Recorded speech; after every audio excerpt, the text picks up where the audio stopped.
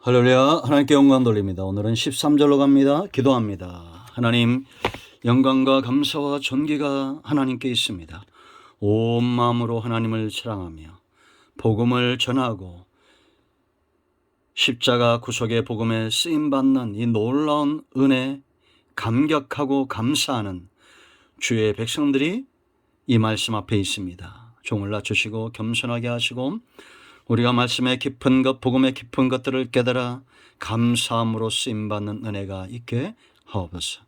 주님이 열매를 원하실 때 기꺼이 풍성한 열매를 내어드릴 수 있는 그런 삶을 살아내기를 원합니다. 하나님의 능력과 말씀으로 이 말씀의 깊은 것들을 열어주시기를 원합니다. 오늘도 말씀하실 하나님을 찬양합니다. 예수님의 이름으로 사모하며 기도합니다. 아멘. 13절 말씀을 읽겠습니다. 주 안에서 택하심을 입은 루포와 그의 어머니에게 문안하라. 그의 어머니는 곧 내 어머니니라. 바울이 얼마나 이들을 추천하면서 감사하고 감격하고 있는지 우리가 보게 됩니다. 여러분들이 오늘 이 말씀을 기억하면서 13절을 기억하면서 꼭 기억해야 될 것이 있습니다. 그것은 뭐냐? 심는 대로 거둔다라는 겁니다. 이 원리를 여러분 꼭 기억하십시오. 사람이 무엇을 심든지 그대로 거두게 하시는 분은 하나님이다라는 겁니다. 우리가 심고 수고하고 노력하면 자라게 하시는 분은 하나님이십니다. 바울은 이 원리를 잘 알아서 가는 곳마다 복음의 씨앗을 뿌렸고 물을 주었고 그렇게 수고하기를 아끼지 않았습니다. 그럴 때 자라게 하시고 결실하게 하시는 분은 하나님이다라는 겁니다. 여러분, 바울이 루포와 그의 어머니, 루포의 어머니를 자기의 어머니라고 했어요. 그 여인이 얼마나 바울의 사역에 존귀한 존재였는가를 우리가 알 수가 있습니다. 그런데 우리는 이 집안을 살펴볼 필요가 있습니다. 이들이 누굴까? 루포와 그의 어머니. 마가는 마가복음 15장 21절에 구레네 시몬, 알렉산더와 루포의 아버지라고 말합니다. 여러분, 우리가 구레네 시몬 하면 어떤 사건이 기억나십니까? 바로 이들은 구레네 시몬의 아들이고 구레네 시몬의 아내였다는 겁니다.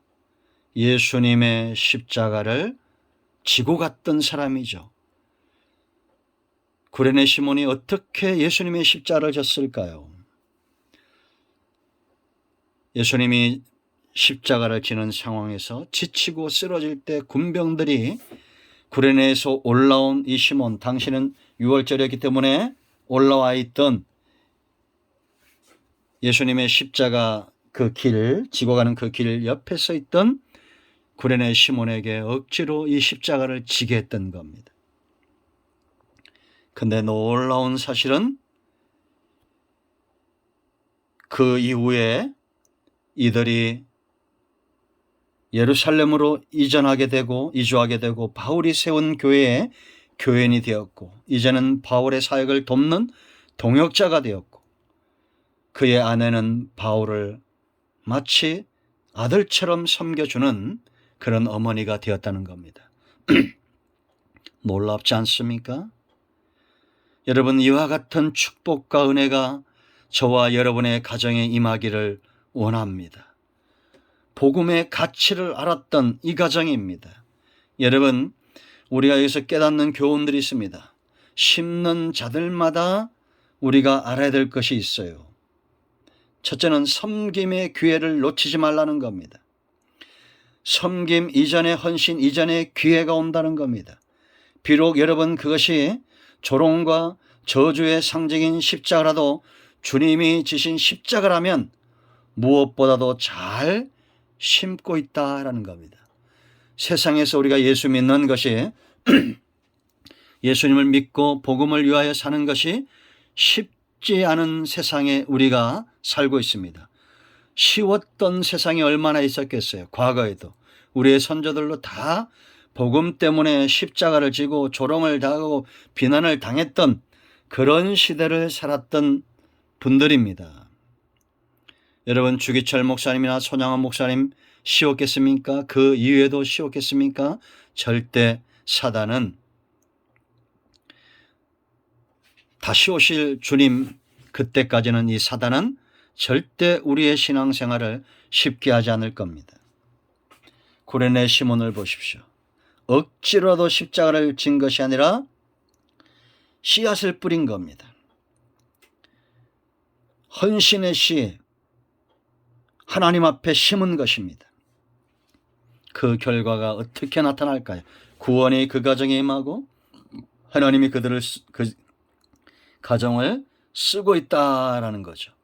그러면 여러분, 기회가 올 때 다음에 하지 이러지 마세요. 기회가 오면 반드시 복음을 전하고, 기도해야 될 때는 기도하고, 전도해야 될 때는 전도하고, 기회가 오면 헌신해야 될 때는 헌신하십시오. 놓치지 않기를 축원드립니다. 반드시 거두게 될 겁니다. 두 번째, 심는 자들이 생각해야 될 것이 있어요. 그건 뭐냐? 거둘 수 있는 것을 심어야 됩니다. 유익하지 않은 것, 거두지 못할 것, 이런 것들을 우리가 심으면 어리석은 거죠. 신앙생활도 마찬가지입니다. 우리가 안타까운 것은 거두지 못할 것들에 너무 많은 시간들을 보낸다는 겁니다. 감정대로 살고 성질 나는 대로 뿌리고, 여러분, 농부가 성질 난다고 봄에 가서 밭을 해치고 비바람이 분다고 밭을 포개버리면 가을에 풍년은 오지 않습니다. 씨를 뿌리는 것, 헌신된 것은 만만치 않습니다. 여러분, 농부의 삶에 이것을 비유한 이유가 있겠죠. 여러분, 농부의 삶이 만만합니까? 겨울을 지나고 얼어붙은 땅을 파고 일구어야 되고, 잡초를 뽑아내야 되고, 땡볕에 그 어려움들을 견뎌내야 되고, 비바람과 폭풍을 견뎌야 됩니다. 가을에 추수할 때는 또 얼마나 힘듭니까? 그 모든 것들을 견뎌내고 수고한 사람들이 풍성한 것들을 얻는 겁니다. 그들에게 따뜻한 겨울이 오는 것은 너무나 자명한 사실입니다. 우리는 거두지 못할 것, 하나님의 심기를 불편하게 하는 것들, 그런 삶에서 벗어나야 됩니다. 그 세 번째는 잘 심고 기회를 놓치지 않았고 거둘 수 있는 것들을 뿌렸고, 그렇다면 기다려야 됩니다. 기다림이 중요합니다. 여러분, 많은 사람들이 이 기다림, 인내에 실패하는 것을 봅니다. 뿌렸으면 더디더라도 반드시 거둔다라는 것을 알아야 됩니다. 구레네 시몬은 뿌렸고 그의 아들 때에 거두는 것을 우리가 보게 되죠. 봄에 씨를 뿌리고 그 다음에 거둘 수 없죠. 가을까지 기다려야 됩니다. 이것은 하나님이 정해주신 원리다라는 겁니다. 그러므로 여러분, 조급해하지 마십시오. 하나님의 시간에 응답되는 것이 가장 복되고 유익한 것입니다. 사람이 아무리 급해도 사울왕처럼 망령되이 행하면 안 됩니다. 물론 인간적으로 볼 때는 급하죠. 블레셋 군대는 쳐들어오고 이스라엘은 흩어지고, 그렇다고 해서 왕이 하지 말아야 될 행위들을 하면 안 되는 거예요. 제사장 사무엘이 올 때까지 기다렸으면 사울왕은 그의 생애는 달라졌을 것입니다. 사울의 행위가 망령됨으로 하나님이 그를 버리신 겁니다. 여러분, 조급해하지 마십시오. 하나님은 절대 조급하신 분이 아닙니다. 하나님의 시간에 우리를 맞추어야 됩니다. 하나님의 때를 기다려야 됩니다. 왜 그러면 사람들이 조급할까요? 섬김의 기회를 놓친 자들이고 거둘 수 없는 것들을 심은 자들이고, 그러다 보니까 마음에 평안이 없는 겁니다. 그러므로 심는 대로 거둔다는 이 진리를 깨달아 알고 구레네 시몬과 그의 가족에게서 이 열매를 보시고 섬김의 기회를 놓치지 마십시오. 거둘 수 있는 것들을 심으십시오. 그렇다면 이제 마지막으로 기다리십시오. 하나님은 반드시 자라게 하실 겁니다. 기도합니다. 하나님, 이 말씀대로 되기를 원합니다. 우리가 복음을 위하여 기꺼이 십자가를 지고 복음의 씨앗을 뿌리고 하나님이 일하실 것을 믿음으로 인내하며 기다리는 삶을 살게 하옵소서. 예수님의 이름으로 사모하며 기도합니다. 아멘. 이제 선포합니다.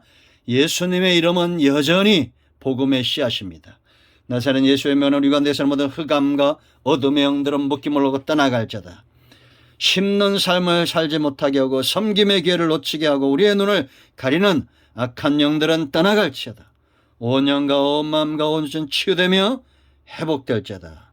예수님의 이름으로 사모하며 축복하며 취하며 기도합니다. 아멘. 응답되었습니다. 이런 모두를 축복합니다. 아멘.